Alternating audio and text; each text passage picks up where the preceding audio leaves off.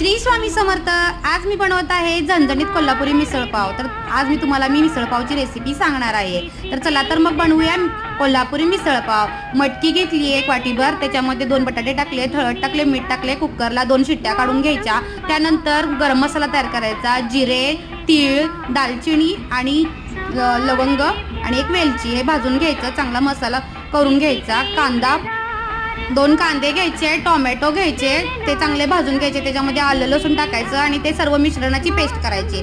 कढईमध्ये 2 पळ्या तेल टाकायचं, कढीपत्ता टाकायचा, कोथिंबीर टाकायची, लाल तिखट टाकायचं, गरम मसाला केलेला सर्व मसाला टाकून चांगलं परतून घ्यायचं।